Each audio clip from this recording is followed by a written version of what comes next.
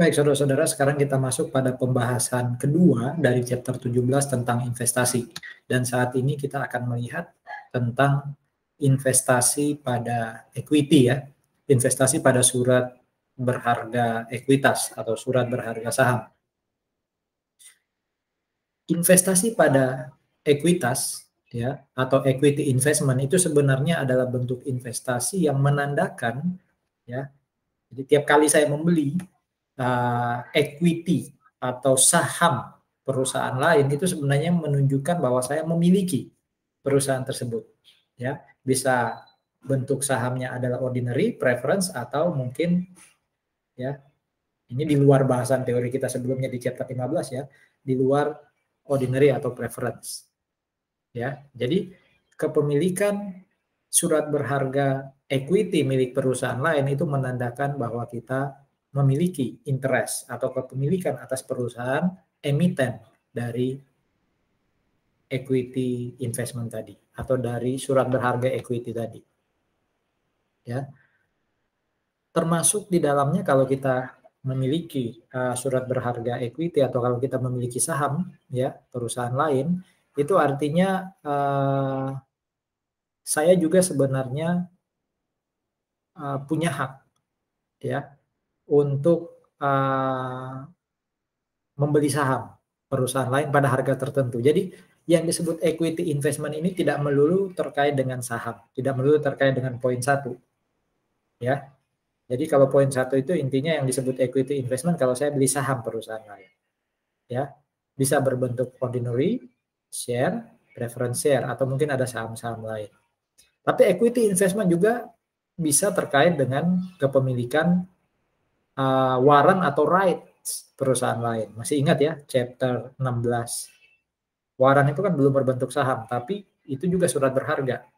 Di mana di dalam surat berharga tadi tercetak, tertera ya, angka saham yang bisa saya beli, nilai saham yang bisa saya beli, yang tentunya akan saya exercise warrants atau rights saya kalau ternyata harga di pasar lebih tinggi dari harga yang tertera di warrants atau rights, ya kan?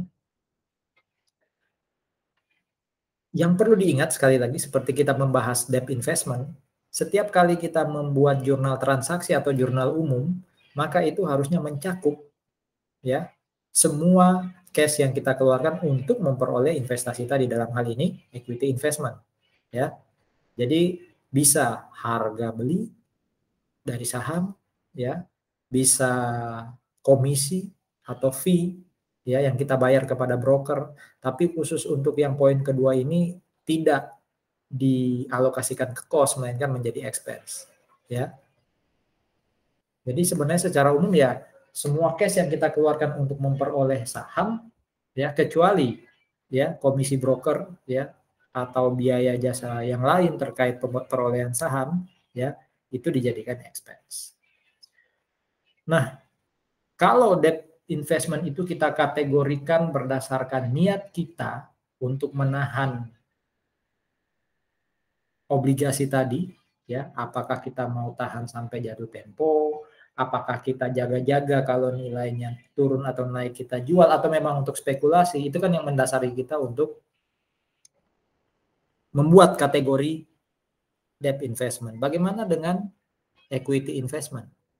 Sama secara substansi. Niat kita ya terhadap surat berharga saham yang kita beli tadi itu nanti menentukan seperti apa kita melaporkan atau menyajikan dalam hal ini equity investment. Ya. Jadi kalau dilihat di sini ada 3 layer gitu ya, ada 3 layer. Bisa jadi saya beli saham perusahaan lain itu 20% ke bawah.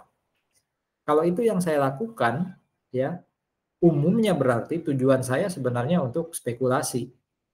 Kenapa? Karena influence saya kalau saya di bawah 20% itu pasti kecil sekali di perusahaan ya. Jadi kalau saya beli sahamnya PT ABC itu berarti pengaruh saya ke PT ABC kecil sekali. Ya. Berarti tidak ada keinginan lebih dari saya untuk menguasai atau mengendalikan. Lebih ke arah ya mungkin itu tadi spekulasi. Karena spekulasi maka nanti ketika 31 Desember saya masih pegang sahamnya, ya saham tadi dinilai pakai fair value. Ya, fair value method tuh, yang layer pertama ya, 0 sampai 20. Sementara kalau kepemilikan saya di atas 20 ya, sampai dengan 50%. Jadi menjawab pertanyaan, Pak, bagaimana kalau pas 20? Sebenarnya kalau pas 20 ya masih gray area, tapi kita sepakati 20% ke bawah itu yang layer pertama. Berarti kalau layer kedua itu di atas 20, tapi tidak melebihi 50%. Kalau itu yang terjadi berarti sudah ada intensi, sudah ada niat dari saya untuk mengendalikan perusahaan. Ya, 30, 40 gitu, 25% itu juga cukup gede loh. Dibandingkan kalau pemegang sahamnya benar-benar publik yang sangat banyak, sehingga masing-masing itu kepemilikannya kecil. Itu bisa jadi suara saya cukup signifikan, walaupun belum tentu saya menang, tapi cukup diperhitungkan. Nah, kalau itu yang terjadi, maka setiap akhir tahun atas equity investment tadi tidak pakai fair value, tapi pakai metode yang namanya equity method. Namanya equity method, berarti kita harus lihat bagaimana perlakuan akuntansi atas equity oleh emiten. Chapter 15. Ya. Apapun yang dilakukan oleh emiten atas equity, itu kita catat juga. Tapi dari sisi yang sebaliknya. Kalau dia menambah equity, kita menambah equity investment. Kalau dia mengurangi equity, kita mengurangi equity investment. Ya. Jadi disebut equity method karena melihat bagaimana perlakuan emiten atas equity dia. Ya. Itu layer kedua. Layer ketiga itu nanti kita ketemu di AKL. Ya. Kalau nanti saya ngajar. Ya. Itu kalau kepemilikan saya di atas 50% sampai 100. Ya, itu berarti benar-benar saya sudah mengendalikan, bukan sekadar punya pengaruh signifikan, tapi sudah benar-benar mengendalikan. Iya dong, 51% aja gitu ya. Itu mau bersatu para pemegang saham yang lain, nggak bisa ngalahin suara saya. Nah, metode yang dipakai metode konsolidasi. Tentu jauh lebih kompleks dibandingkan sekadar equity atau fair value method. Ya. Untuk layer pertama yang 0 sampai 20 itu sebenarnya ada metode lain yang disebut cost method. Kapan pakai cost method, kapan pakai fair value method nanti kita bahas ketika berpindah ke pembahasan setiap layer ya, setiap layer. Nah, ketika saya punya kepemilikan di atas 20 sampai 50 sudah pasti pakai equity method. Saya agak lompat ke bagian kedua ya, yang holding between 20 dan 50%. Itu tadi pakai equity method. Kalau bicara equity method, ya kita lihat chapter 15. Apakah emiten itu peduli dengan harga sahamnya di pasar? Emiten kan itu hanya relate ketika dia IPO atau right issue kan. Tapi ketika itu sudah disebar di pasar sahamnya, mau naik, mau turun harga pasarnya kan tidak ngaruh ke pencatatan equity. Ya. Jadi kalau par value saya emiten lah ya, chapter 15 ya. Par value saya 100. Market value saya 120 ketika saya IPO atau saya right issue. Ya sudah, saya nanti akan catat share capital 100, share premium 20, Bang. Tapi sejak itu saya lepas ke pasar, mau naik jadi 2.000, mau jadi 3.000, turun jadi 90 atau 80, itu saya nggak nyatat lagi sebagai emiten. Karena disebut equity method, berarti saya juga sebagai investor, kalau saya punya kepemilikan 20 sampai 50, berapapun harga pasar saham saya, ya, yang saya investasi saham saya itu nggak perlu saya akui, makanya tidak ada unrealized holding gain or loss. Ya, tidak ada unrealized holding gain or loss. Terus apa income yang saya dapatkan? Ya, selain kalau saya lepas, saya dapat capital gain atau mungkin capital loss. Ya. Apa income yang saya dapat selama saya pegang saham tadi? Ya dividen, ya dividen.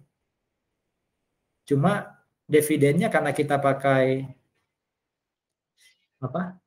Pakai equity method, ya kembali kalau emiten bagi dividen, ya emiten bagi dividen itu kan ngurangin equity dia ya, return earning dia berkurang. Berarti saya tidak mencatat jadi revenue, melainkan apa? Pengurangan investasi saya.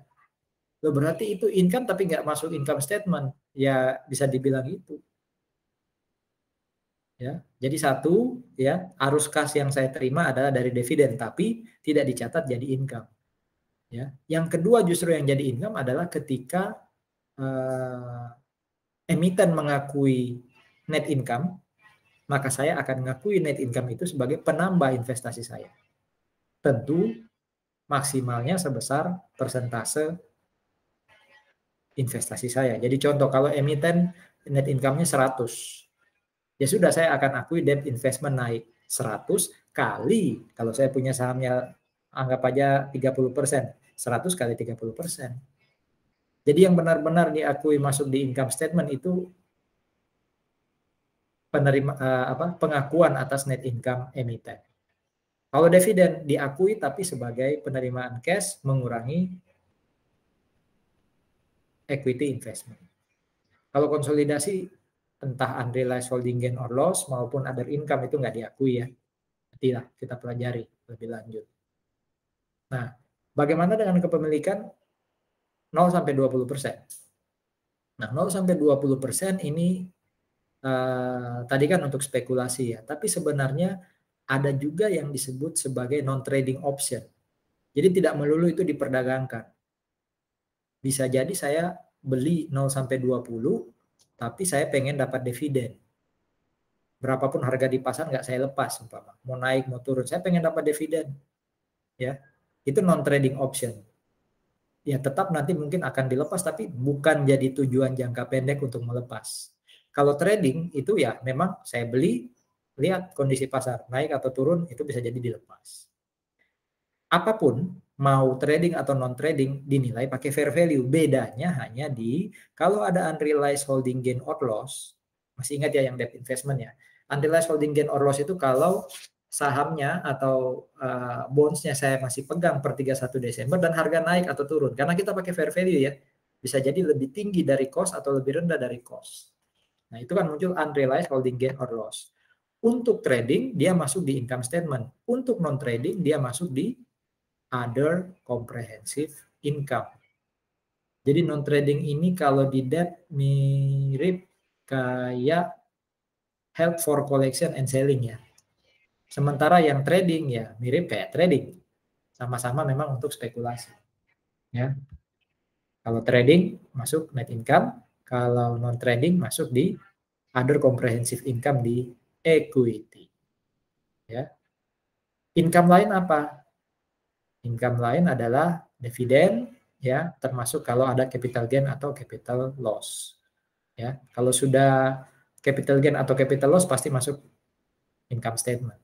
Ya, kalau dividen untuk yang holding less than 20% itu pasti masuk di income statement. Beda kalau holding between 20 and 50%. Untuk kepemilikan kurang dari 20%, ya, coba dibaca sekali lagi. Ketika pertama kali beli pasti diakui sebesar cost. Jadi equity investment to cash itu cost.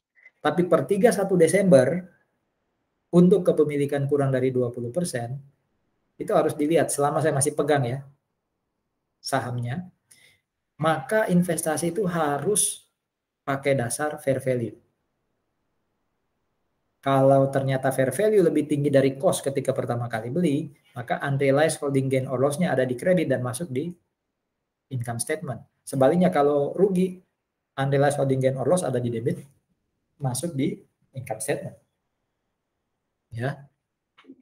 Jadi untuk yang helpful trading itu yang bagian atas. Kalau yang non trading tadi, non trading option ya, nomor 2, oke, sama pakai fair value tapi selisih unrealized holding gain or loss-nya itu ya, selisih antara fair value dengan cost itu masuknya di other comprehensive income.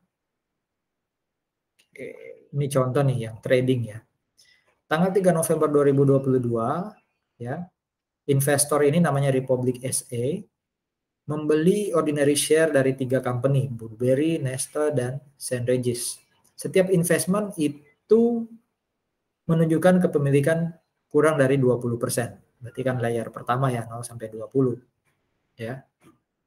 Mereka lalu Republik maksudnya ya, investornya lalu memutuskan ini masuk dalam kelompok trading. Ingat sama kayak debt investment, ya kategori itu tergantung niatnya investor. Jadi tidak ada pihak lain termasuk emiten yang bisa menentukan, oh itu trading aja, oh itu apa non trading, enggak, investor yang menentukan, ya supaya akuntannya investor tahu bagaimana cara mencatat. Ini semua cost-nya 718. Jadi membeli 3 saham emiten ini ya, dia keluar dana 718. Ya jurnalnya sih equity investment to cash. Jadi jurnal umumnya, jurnal transaksinya mirip kayak debt investment. Ya, mirip kayak debt investment. Tanggal 6 Desember ternyata ada cash dividend dari Nestle. 4.200 ya udah cash pada dividend revenue. Ya. Jadi ada di sini ya, yang trading paling atas ya.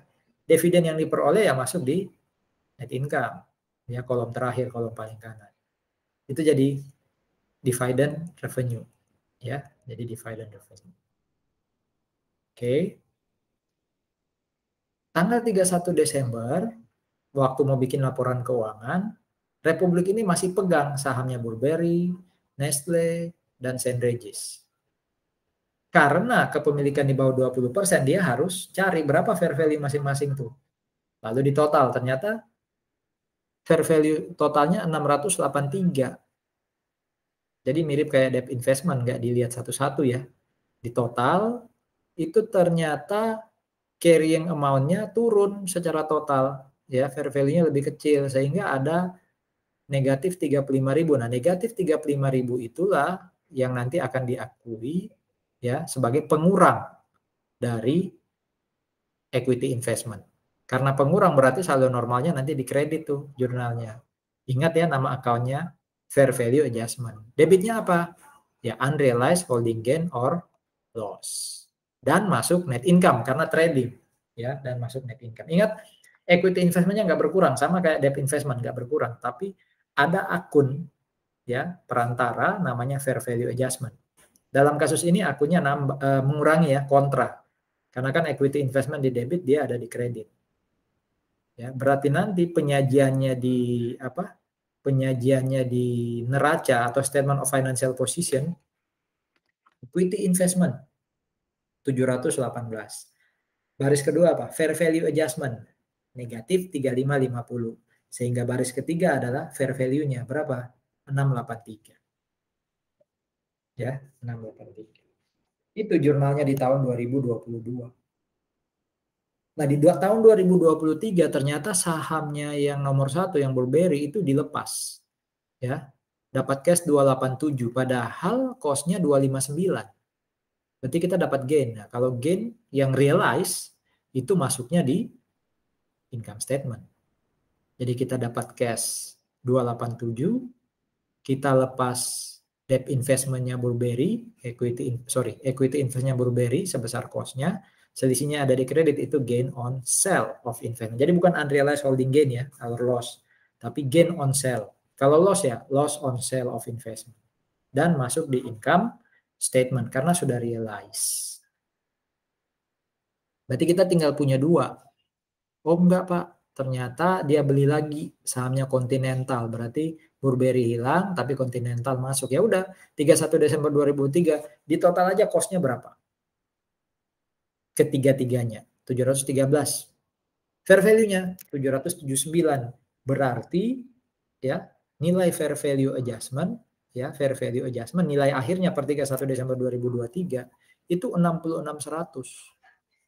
Karena fair value-nya lebih tinggi, 66.100 positif.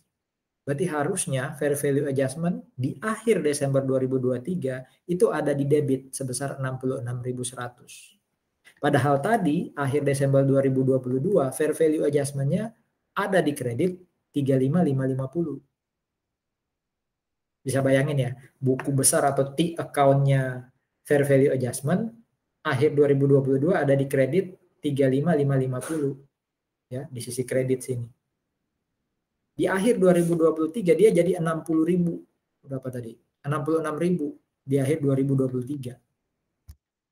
PA-nya main dong ya, pengantar akuntansinya main ya. Kalau awalnya ada di kredit 30-an ribu, 35.000 ya. Sekarang ada di debit, saldo akhirnya 66.100, berarti fair value adjustment harus diapakan? Ya di debit. Di debit berapa? 66 plus 35. Jadinya 101. Sama kayak kemarin debt investment. Hitungan kita yang 66.100 itu bukan hitungan yang masuk jurnal, itu saldo akhir. Berarti cari saldo awalnya berapa? 35. Dan 35-nya ada di kredit. 66 itu ada di debit. Berarti supaya kredit menjadi debit harus ditotal. Ya. Bagaimana kalau seumpama total portfolionya akhir 2023 bukan 66. Saya ganti jadi negatif 36.550. Apa yang terjadi? Fair value adjustment-nya di kredit itu nambah atau kurang? Nambah. Awalnya di kredit 35 jadi 36.550. Berarti kan fair value adjustment bertambah sebesar 1.000 di kredit. Nah, unrealized holding gain or loss-nya gampang. Taruh aja di debit sebesar 1.000.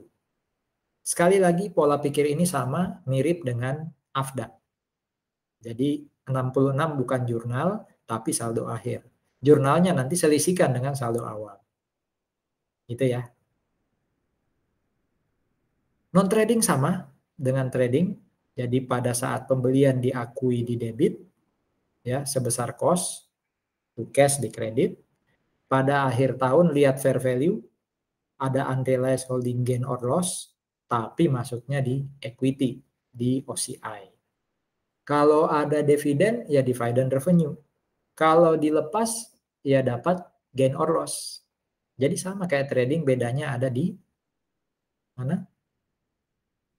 Penempatan atau penyajian unrealized holding gain or loss. Desember 10, 2022, Republik ini membeli 1.000 ordinary share-nya Hawthorne Company. Ya, total cost-nya 20.750. Oke, kepemilikannya kurang dari 20. Berarti kan layer pertama, dan dia menyimpulkan atau menetapkan ini non trading, ya, non trading. Karena sifatnya ini apa nih? Hawthorne adalah distributornya Republik, di mana hukum itu mengatakan kalau pengen bertransaksi dengan satu perusahaan maka harus beli. Jadi non trading ini bisa aja dia mungkin tidak pengen beli sebenarnya. Kalau trading jelas ya, spekulasi. Ini nggak pengen beli tapi disyaratkan beli. Atau saya pengen dividen tadi contohnya. Ya. Jadi ini kasusnya adalah ini jadi non trading karena saya di satu sisi nggak pengen beli tapi juga nggak pengen lepas, tapi ini syarat. Ya, ini syarat. Hanya di situ dikatakan dia diakui sebagai non trading dan dinilai pakai fair value. Jurnalnya gimana? Ya equity investment to cash 20.750. Akhir tahun 20.750-nya naik atau turun? Lihat deh. Ternyata akhir tahun, oh ini dapat dividen. Kalau dapat dividen ya cash to dividend revenue seperti biasa. Terus nilai di pasar akhir tahun berapa? Jadi 24. Naik ya. Berarti fair value adjustment-nya di debit dong. Berapa? 3.250. Ya. Lalu nanti unrealized holding gain or loss-nya di kredit ya 3.250, tapi masuknya di equity. Sorry, ada perbedaan dalam hal penyajian atau pengakuan ya, jurnal penyesuaiannya, sorry ya. Dalam hal pembuatan jurnal penyesuaian ada perbedaan. Yang kita akui bertambah atau berkurang untuk non trading itu adalah langsung equity investment. Jadi tidak melalui fair value adjustment. Kalau yang trading tadi kan melalui fair value adjustment. Nah, itu. Ini yang trading tuh. Kalau ternyata saldonya ada di debit, intinya gini, kalau fair value adjustment itu ternyata atau nilainya itu ternyata membuat perusahaan harus mengakui gain, ya, sehingga fair value adjustment ada di debit, ya, maka dia akan membuat nilainya equity investment naik melalui penambahan fair value adjustment. Tapi nilai cost-nya equity yang trading tetap di bawahnya ada fair value adjustment. Kalau ini enggak, ini langsung ditambahkan dengan apa? Equity investment-nya. Itu perbedaannya di jurnal.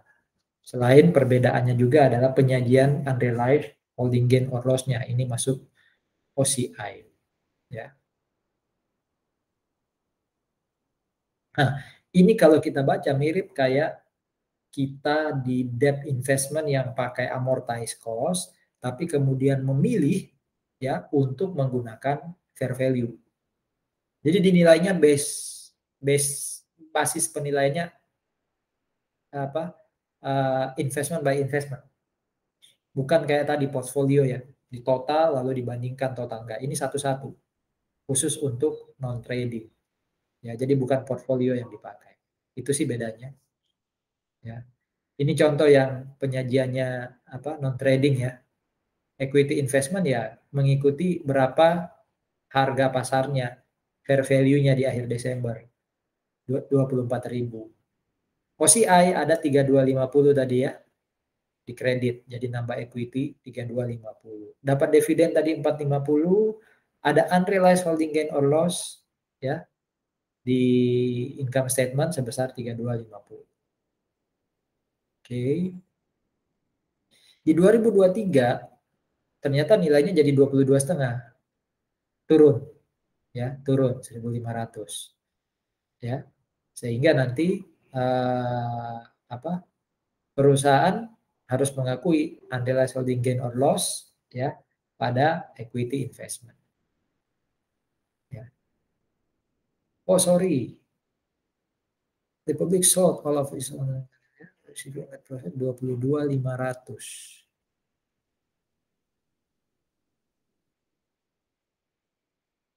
Oh oke. Jadi gini, kasusnya adalah perusahaan ini menjual seluruh sahamnya Hawthorne tadi pada harga 22.500.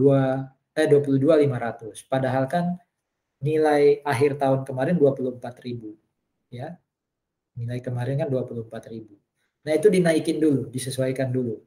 Ya, disesuaikan dulu ya sehingga ada unrealized holding gain or loss 1.500. Jadi nggak langsung mengakui penjualan ya, tapi mengakui selisih antara harga awal, harga wajar awal yang 24.000 dengan harga wajar ketika penjualan, yaitu 22.500. Ini jurnalnya ya, unrealized holding gain or loss pada equity investment. Ya, jadi naik, lalu nanti ketika dijual, jualan tadi 22.500, ya udah terima cash 22.500, equity investmentnya dikredit 22.500. Kenapa angka 1.500 bukan saldo akhir kayak tadi yang trading? Trading itu kan Pak, kalau Bapak ajarkan tadi yang trading contohnya di sini ketemu 66.100 selisihnya. Kok 66.100 jadi saldo akhir? Iya, karena tadi kita pakai rekening temporer, rekening penghubung namanya fair value adjustment. Di sini kan nggak ada. Langsung equity investmentnya kita kurangi ketika dia naik, ketika dia turun, kita tambahkan ketika dia naik. Berarti nggak ada fair value adjustment. Berarti kalau tahun depan kemudian nilainya turun, ya kayak ini contohnya, ya sudah, langsung kita kurangi equity investmentnya. Sehingga equity investment sekarang nilainya tinggal 22.500 kan. Ya udah cash to equity investment 22.500. Itu ya, itu yang membedakan dengan trading ya. Itu yang membedakan dengan trading.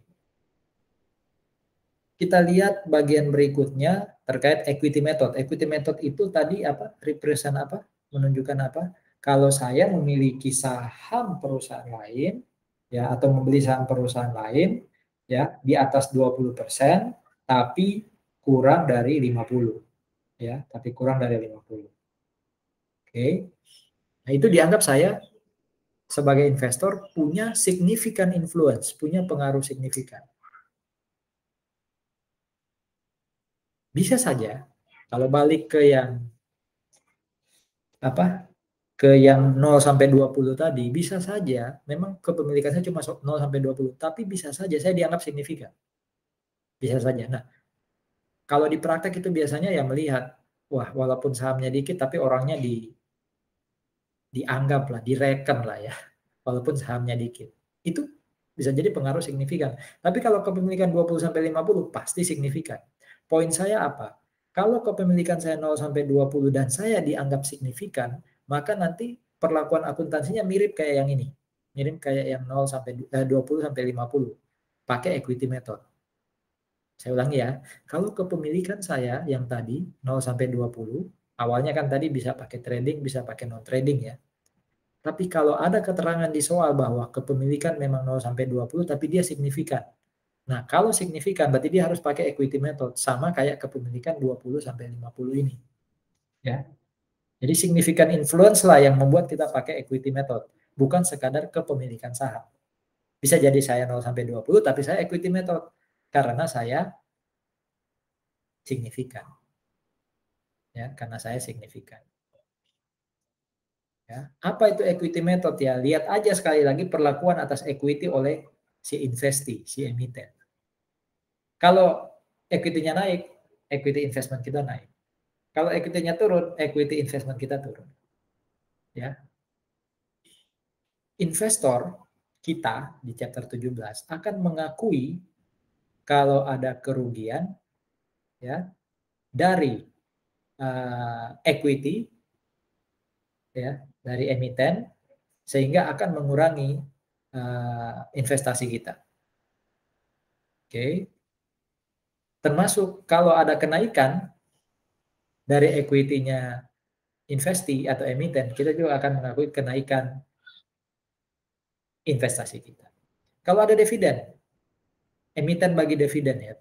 Lihat, emiten waktu bagi dividen, equity-nya naik atau turun? Turun dong. Karena return earning-nya kan berkurang. Berarti kita, investasi kita nanti akan decrease, akan berkurang. Ya. Apabila nilai loss dari investasi itu melebihi carrying amount, ya, maka artinya gini, kok loss terus? Saya beli investasinya 1.000, ternyata loss terus membuat loss-nya di atas 1.000. Stop pakai equity method. Ya, stop pakai equity method dan loss-nya nggak perlu diakui lagi. Itu apa? Keterangan paling bawah tuh. Karena dimungkinkan ya, saking seringnya perusahaan rugi, investasi saya berkurang terus melebihi cost. Nah, kalau itu terjadi ya pasti nggak boleh negatif dong ya investasinya. Aduh, kecil sekali. Jadi yang kiri itu fair value method. Anggap aja kita pas 20%. Karena tadi saya katakan kalau pas 20% gimana? Ya bisa aja kita sepakati itu pakai fair value method. Tapi dalam kasus ini pengen dilihatin bagaimana kalau pakai fair value, bagaimana kalau pakai equity. Jurnalnya sama waktu dibeli pertama kali. Ya, equity investment to cash. Bagaimana kalau kemudian investee atau emiten itu ada net income. Nah, untuk fair value method nggak perlu dicatat. Tapi kalau equity method kita ngakuin karena kan equity dia naik, berarti investasi kita naik. Equity kita yang naik kalau kita pakai equity method ya sebesar kepemilikan dong. Berarti 20% kali net income-nya emiten. Net income emiten itu 200.000, berarti equity investment saya naik 40.000. Kreditnya apa? Nah, itu yang kemudian masuk di income statement ya, diakui sebagai investment income. Jadi equity investment nambah karena equity emiten naik, kreditnya adalah investment income atau earning from investment. Ya. Kasus ketiga sama di 31 Desember ya. Di mana fair value-nya saham saya ya itu 576 padahal cost awalnya adalah 480. Nah, selisihnya yang 96 kalau pakai fair value method diakui dong. Fair value adjustment to unrealized holding gain or loss masuk di income, masuk di net income. Bagaimana kalau pakai equity method? Nggak ada dong. Karena equity kita sebagai investee atau emiten kan nggak naik, nggak turun. Berapapun harga pasar saham kita kan. Berarti investment juga gitu. Mau berapapun harga wajar saham, harga pasar saham per 31 Desember, tutup mata. Tidak perlu diakui. Ya. Kalau bagi dividen, nah kalau bagi dividen tadi kita sudah belajar fair value itu cash to dividend revenue, ya, cash to dividend revenue. Sementara kalau kita pakai equity investment, tetap dapat cash, Cuma equity investment kita berkurang. Kok bisa berkurang? Nah iya, waktu emiten bagi dividen, return earning dia berkurang. Berarti kita investasinya berkurang. Makanya equity method, sana nambah kita nambah investasi, sana kurang kita berkurang investasi. Tapi ingat loh, kita dapat cash loh. Ya, jadi cash tetap diakui, cuma kreditnya beda. Kalau Anda pakai fair value method ya jadi dividend revenue. Kalau pakai equity method ya mengurangi investment. Baris berikutnya itu emiten loss. Berapa? 50.000. Ya kita akui 20%-nya. Berarti equity investment berkurang 10.000. Karena loss kan berarti equity dia berkurang. Investment kita berkurang. Kreditnya, debitnya apa? Ya investment loss. Kalau tadi investment income karena naik, ya net income. Sekarang karena loss ya investment loss. Atau loss from investment. Yang paling bawah itu perbandingan fair value ya. Kalau tadi kan ada fair value adjustment ya, itu di fair value method. Kalau equity sekali lagi nggak perlu melihat, ya nggak perlu melihat. Saya perlu tegaskan untuk 0 sampai 20% tadi kan disebut pakai fair value method ya, baik itu yang trading maupun non trading. Nah ada lagi metode untuk 0 sampai 20 yang namanya cost method. Cost method itu maksudnya ya saya nggak perlu lihat fair value. Jadi nggak pernah ada tuh jurnal fair value adjustment to unrealized holding gain or loss. Atau sebaliknya, nggak ada unrealized holding gain or loss ke fair value adjustment. Kenapa? Karena saya nggak pakai fair value adjustment. Ya, karena saya tidak menilai pakai fair value. Kapan perusahaan pakai cost method? Ini 0 sampai 20 aja ya. Kapan pakai cost method? Kapan pakai fair value? Intinya kita diminta pakai fair value. Intinya kita harus pakai fair value method. Tapi kalau fair value tidak tersedia di pasar informasinya, mau nggak mau pakai cost. Tapi kalau pakai cost, jurnal yang unrealized holding gain or loss nggak pernah ada. Kita nggak tahu fair value-nya. Gitu ya. Kalau lebih dari 50% gimana ya? Itu disebut controlling interest ya. Kita mengendalikan, kita sebagai investor disebut sebagai induk ya, parent. Sementara emiten atau investinya disebut subsidiary atau anak perusahaan. Beda dengan pusat cabang. Kalau pusat cabang itu saya berdiri dulu dan saya dirikan cabang. Jadi cabang nggak pernah ada sebelumnya, pusat yang dirikan, dan kepemilikan pusat pasti 100%. Tapi kalau induk dan anak, anak bisa jadi ada duluan, tapi dibeli induk, atau sebaliknya. Induk duluan ada, anak didirikan, induk beli. Dan kepemilikannya ya di atas 50. Bisa 100 juga sih. Kalau pusat cabang pasti 100. Investasi di anak, maksudnya investasi atas saham anak gitu ya, itu dilaporkan di induk sebagai long term investment. Tapi nanti di laporan konsolidasi itu hilang. Ya, itu hilang. Konsolidasi itu induk dan anak gitu ya.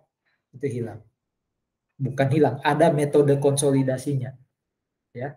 Jadi long term investmentnya nanti disesuaikan ya menggunakan metode konsolidasi. Isu lain yang terkait dengan debt dan equity investment itu impairment. Penurunan nilai ini kan aset ya. Aset dimungkinkan nilainya menurun. Ya. Jadi semua investasi entah debt ya yang amortized cost ya khususnya itu harus dievaluasi apakah nilainya menurun atau tidak. Saudara-saudara ingat ya ketika membahas debt investment ya, ada amortized cost. Amortized cost itu kan diberi pilihan kalau pengen pakai fair value method. Kalau yang fair value sudah pakai pasti pakai fair value. Kalau amortized itu boleh pakai fair value. Tapi kalau dia tidak memakai fair value, maka dia harus melakukan evaluasi impairment. Gitu ya. Jadi amortized cost ya. Kalau saya held for collection itu pakai amortized cost atau bisa pakai fair value ya. Atau kalau saya nggak pakai fair value saya harus memang lakukan penilaian impairment ya. Kapan itu impairment? Kapan terjadi impairment? Kalau fair value-nya investment, khususnya debt investment di bawah cost, di bawah carrying amount. Ya. Kalau perusahaan melihat bahwa memang nilainya impair, maka cost-nya harus diturunkan nilainya. Cost-nya dikredit, berarti debitnya loss. Ya. Debitnya loss. Ya. Jadi mirip kayak kita lepas debt investment, kita kayak jual. Jadi selalu masuk di income statement. Karena ini kan untuk amortize cost ya, maksudnya di income statement. Tanggal 31 Desember, perusahaan ini, investor ini, Mayhew Limited, punya debt investment di Bao Group. Ya. Waktu itu belinya pada par seharga 200.000. Oke. 4 tahun maturity-nya, kuponnya 10%, dibayar setiap akhir tahun. Ya. Yield-nya juga rupanya 10%. Ini held for collection. Selalu impairment ini kaitannya dengan held for collection yang tidak pakai fair value. Ya. Berapa impairment-nya? Nah, kita lihat. Ya, kita lihat. Ternyata di sini ketika dihitung ya,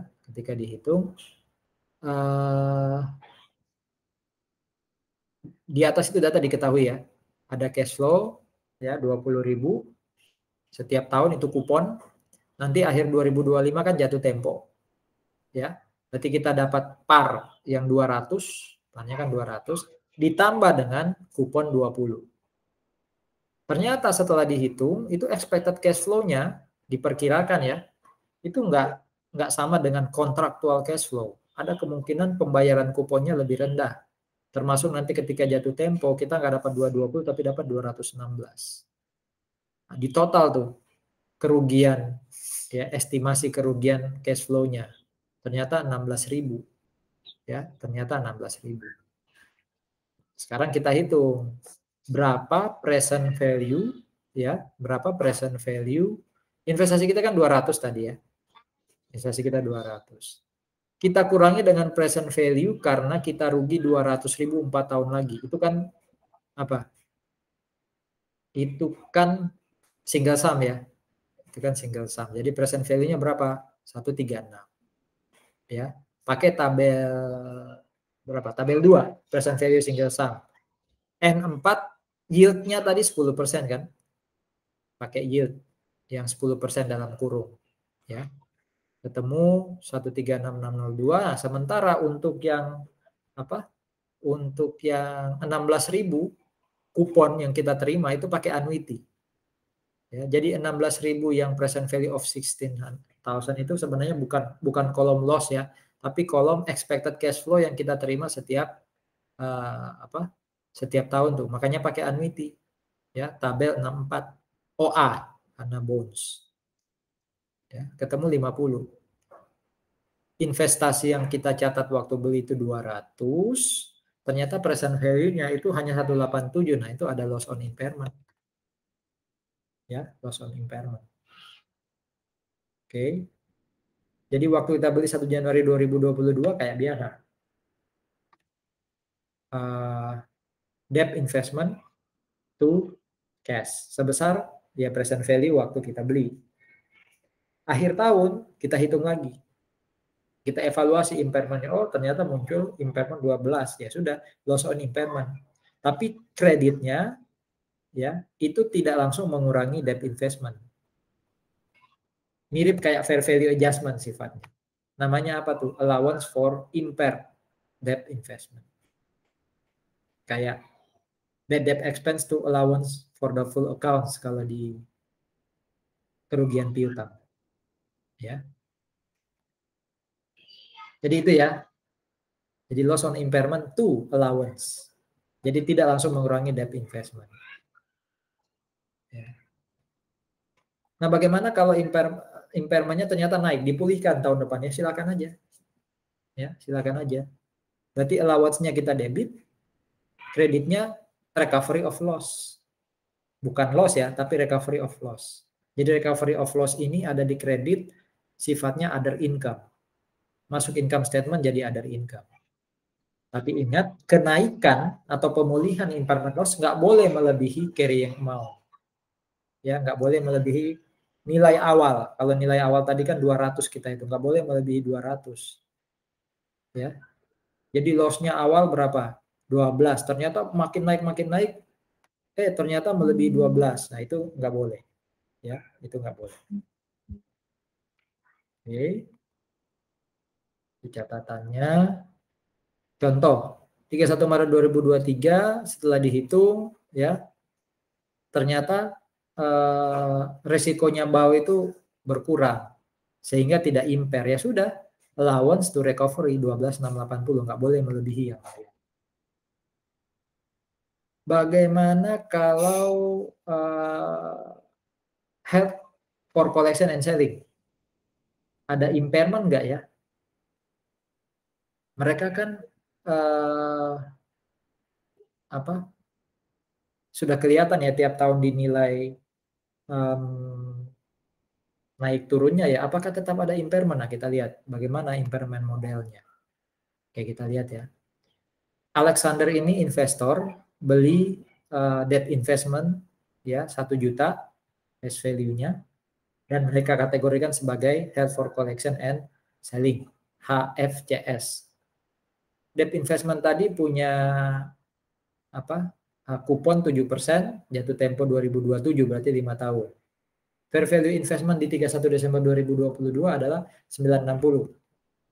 Ya, 960. Sehingga nanti dibuat jurnal unrealized. Waktu beli kan debt investment to cash 1 juta. Waktu ada interest revenue ya seperti biasa cash to interest revenue. Nah, ketika nilainya turun ya menjadi 960 ya unrealized to fair value. Ya, unrealized to fair value. Ya. Unrealized holding gain loss to fair value. Oke. Jurnal akhir itu jurnal closing unrealized ya. Jadi masuk di OCI. Ya, masuk di OCI. Sehingga nanti di akhir tahun debt investment-nya 1 juta kurang 40.000 tadi ya, kurang 40.000 fair value-nya. Maksudnya di fair value adjustment loh ya. Jadi nilai bersihnya jadi 960, lalu ada accumulated other comprehensive 40 dan interest revenue 35 tadi. Ya. Kita belum bicara impairment, ini masih bicara yang sebelumnya tadi. Bagaimana kalau ternyata ya 40.000-nya itu turun? Ya. 40.000-nya itu turun. Ya, yang accumulated other comprehensive income. Oke. Kita butuh jurnal tambahan. Ya, kita butuh jurnal tambahan. Jadi ternyata 40.000 itu ya, ini kan berkurang 40.000 ya. Dari 1 juta menjadi 960. Nah, ternyata di sini dilihat pengurangan 40.000 itu didapat dari 10.000-nya karena memang tingkat suku bunga turun, ternyata 30.000-nya itu karena impairment. Ya, 30.000-nya itu karena impairment. Kita butuh lihat jurnal untuk yang 30.000 kayak apa. Tadi dikatakan kalau terjadi impairment selalu masuk di income statement ya. Berarti harusnya unrealized holding gain or loss yang 40 di debit yang sudah ditutup ke accumulated OCI itu harus dikoreksi. Ya. Karena 30.000 harus masuk di net income. Ya, berarti loss on impairment ya, loss on impairment 30.000 ya. Sisanya oke. Itu masuk di accumulated other comprehensive income. Ya. Kalau kita sudah terlanjur bikin jurnal ini, ya, utamanya jurnal ketiga dan keempat, biarin aja. Tapi nanti ya, kita akui loss on impairment 30.000, accumulated OCI-nya kita kredit 30.000. Sehingga nanti akhirnya accumulated OCI-nya tinggal 10. Kalau sudah terlanjur bikin jurnal kayak gini nggak apa-apa. Bikin jurnal ketiga di 31 Desember, ya, keempat malah ya, selain interest revenue yang nomor 2 ya. Itu dengan cara mengurangi accumulated OCI di kredit, lalu di debit kita akui sebagai loss on impairment. Berapa? 30.000. Kalau terlanjur bikin jurnal tadi, tapi kalau belum, ini jurnal yang harus kita buat. Loss on impairment-nya 30.000, unrealized holding gain or loss-nya hanya 10.000. Ya. Nah, tadi kan jurnalnya loss to allowance ya. Allowance-nya di kredit 30. Fair value adjustment-nya yang 10. Jadi accumulated OCI-nya kan tetap sama ya, 10.000 kayak cara saya tadi. Itu kalau belum buat jurnal yang ini. Kalau belum buat jurnal yang nomor 3 dan 4, buatlah jurnal yang tadi, yang di depan tadi. Tapi kalau sudah terlanjur buat ini, kurangi aja accumulated OCI 30 di kredit, debitnya jadi apa? Loss on impairment. Ya. Cuma memang kelemahannya kalau pakai cara itu adalah kita nggak nyatat yang namanya allowance for impair. Ya kan? Kita nggak nyatat allowance for impair. Ya, semuanya dijadikan pengurangnya accumulated other comprehensive income. Jadi idealnya memang lakukan ini dulu. Jangan buat jurnal yang tadi di depan. Seandainya penurunan fair value itu bukan sekadar karena interest rate, tapi karena ada credit risk. Gitu ya. Ini penyajiannya debt investment sama berkurang 20 berkurang 10 jadi tetap 960 tapi accumulated OCI-nya jadi 10.000 bukan 40 ya, bukan 40. Di income statement ada loss on impairment 30.000. Tahun depan ternyata naik jadi 960 ya. Jadi 960. Sorry, dia melepas yang 960. Berarti kan debt investment-nya dia kredit 1 juta, dia dapatkan 960. Nah, tadi kan ada allowance ini ya, ada allowance di sisi kredit 30.000 ya. Allowance di sisi kredit 30 itu dihapus. Ya. Ada fair value 10.000 itu juga dihapus. Ya. Ada fair value 10.000 itu juga dihapus. Nah, selisihnya yang loss itu diakui. Jadi ada loss on sale of investment itu 10.000. 10.000 itu didapat dari debt investment saya 1 juta. Berkurang karena ada impair 30.000 ya, berarti kan tinggal 970.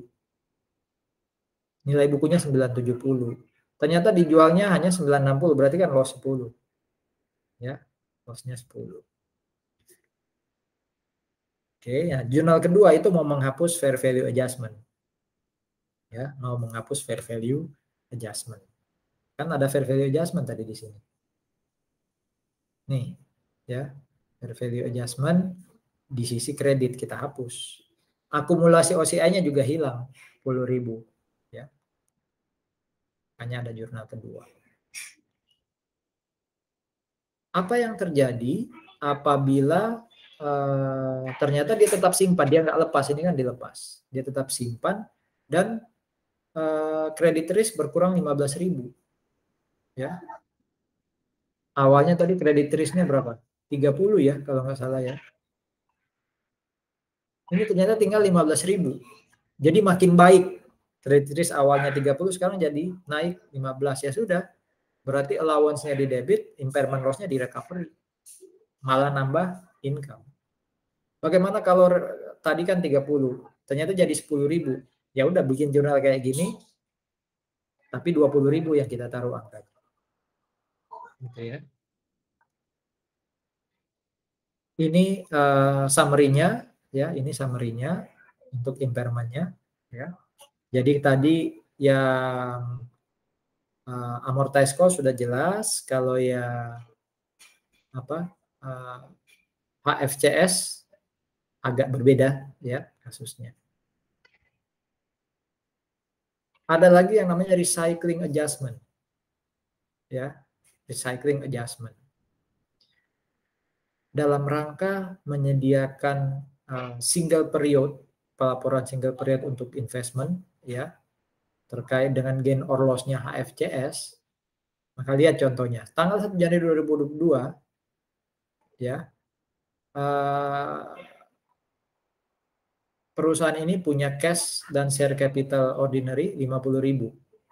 pada tahun itu tidak ada aset, liability atau equity, hanya punyanya cash di debit, di aset, punya share capital di kredit, ya di equity 50.000. Tanggal 2 Januari dia membeli debt securities 50.000. Jadi nggak punya aset lain, nggak punya liability equity lain, hanya ada aset namanya cash, hanya ada equity namanya share capital 50.000. Tanggal 2 Januari dia beli HFCS, ya, Held for Collection and Selling 50.000. Berarti kan debt investment HFCS to cash 50.000. Tanggal 30 Juni dia menjual HFCS-nya, ya, dan dapat gain. Jadi awalnya dia belinya 50.000 tadi ya. Di sini bagian dari 50.000 itu dia jual 20.000. Total 50, dia jual 20.000-nya. Jadi 40%-nya dia jual. Ternyata dia dapat cash 22.000. Dia ngakuin gain-nya 2.000. Ya. Dia ngakuin gain-nya 2.000. Ternyata perusahaan ini tidak menjual atau membeli security lain ya selain yang di atas ya. Dia dapat 3.000 interest selama 1 tahun. Ya. Sehingga portfolionya jadinya 34, kan tinggal 30.000 ya. 50 udah dijual 20, berarti akhir tahun tinggal 30.000 kan. Ternyata fair value-nya 34. Nah, itu ada unrealized gain 4.000. Berarti ada realized gain 2.000 karena melepas 20.000 pada harga 22. Ada unrealized gain 4.000 karena 30.000-nya itu ternyata di pasar nilainya 34. Ya. Nah, ini gimana penyajiannya? Di income statement ada interest revenue tadi 3.000 dicontoh ya. Dia dapat interest revenue 3.000, mana lagi?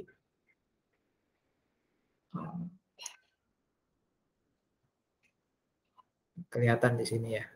Nah, itu it receive 3.000 ya sebagai interest, sehingga ada interest revenue 3.000, tapi ada realized gain 2.000 yang atas tuh. Oke. Sehingga di income statement ada 5.000. Bagaimana di statement of equity ya, perubahan modal. Jadi 5.000 itu juga nanti bertambah 4.000 yang unrealized gain, sehingga equity-nya sebenarnya naik 9.000. 5.000 dari income statement, 4.000 dari OCI. Ya.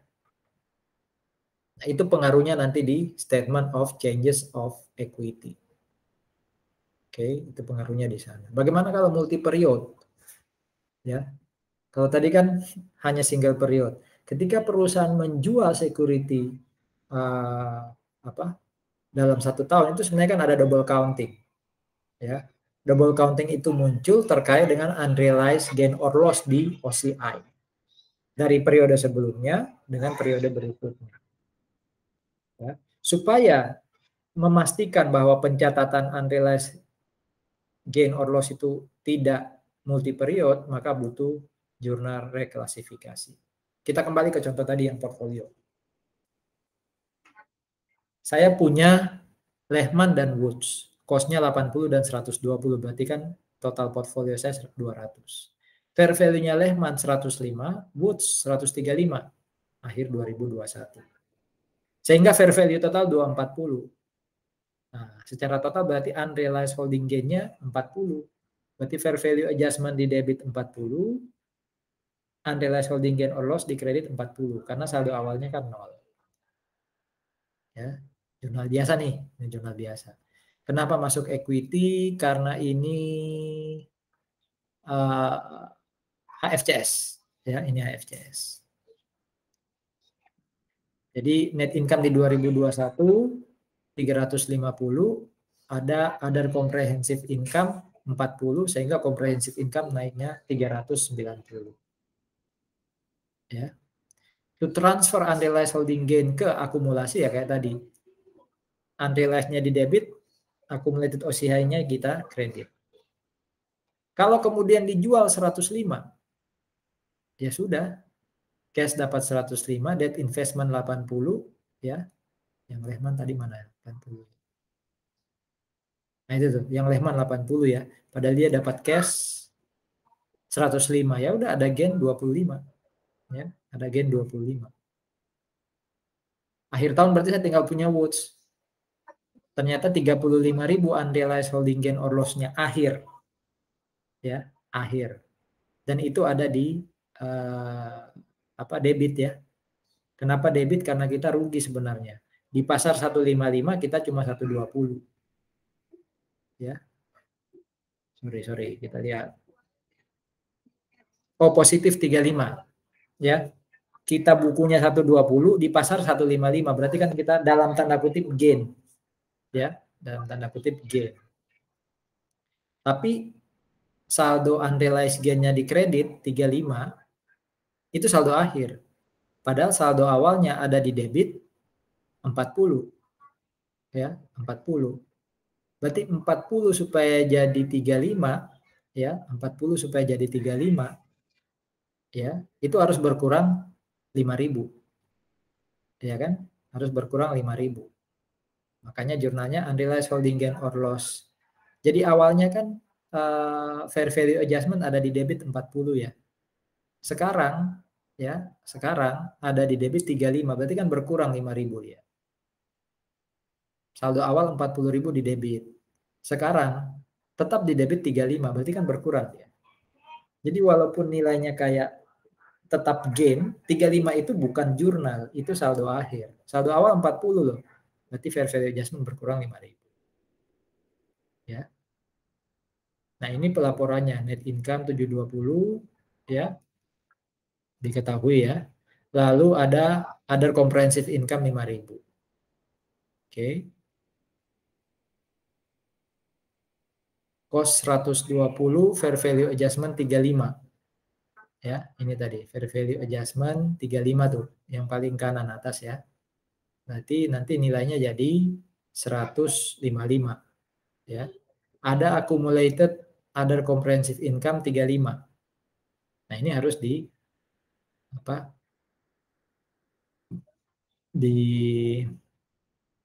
dihapus unrealized gain-nya yang equity masuk ke accumulated OCI ya, accumulated OCI.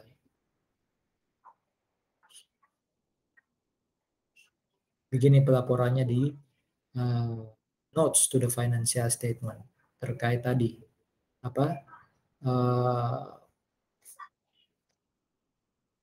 pelaporan multi-year. Masuk bahasan berikutnya, transfer between kategori ini maksudnya kan tadi kita sudah di debt investment ada amortize, held for collection, ada held for collection, ada HFCS, ada trading. Bisa nggak itu berpindah? Awalnya mau saya held for collection tapi saya jadikan trading atau saya dari trading saya jadikan held for collection bisa nggak?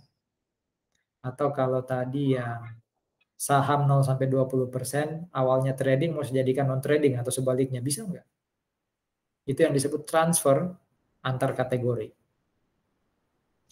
Perpindahan investasi, klasifikasi investasi dari satu ke yang lain, ya, itu hanya bisa dilakukan kalau ada perubahan bisnis model.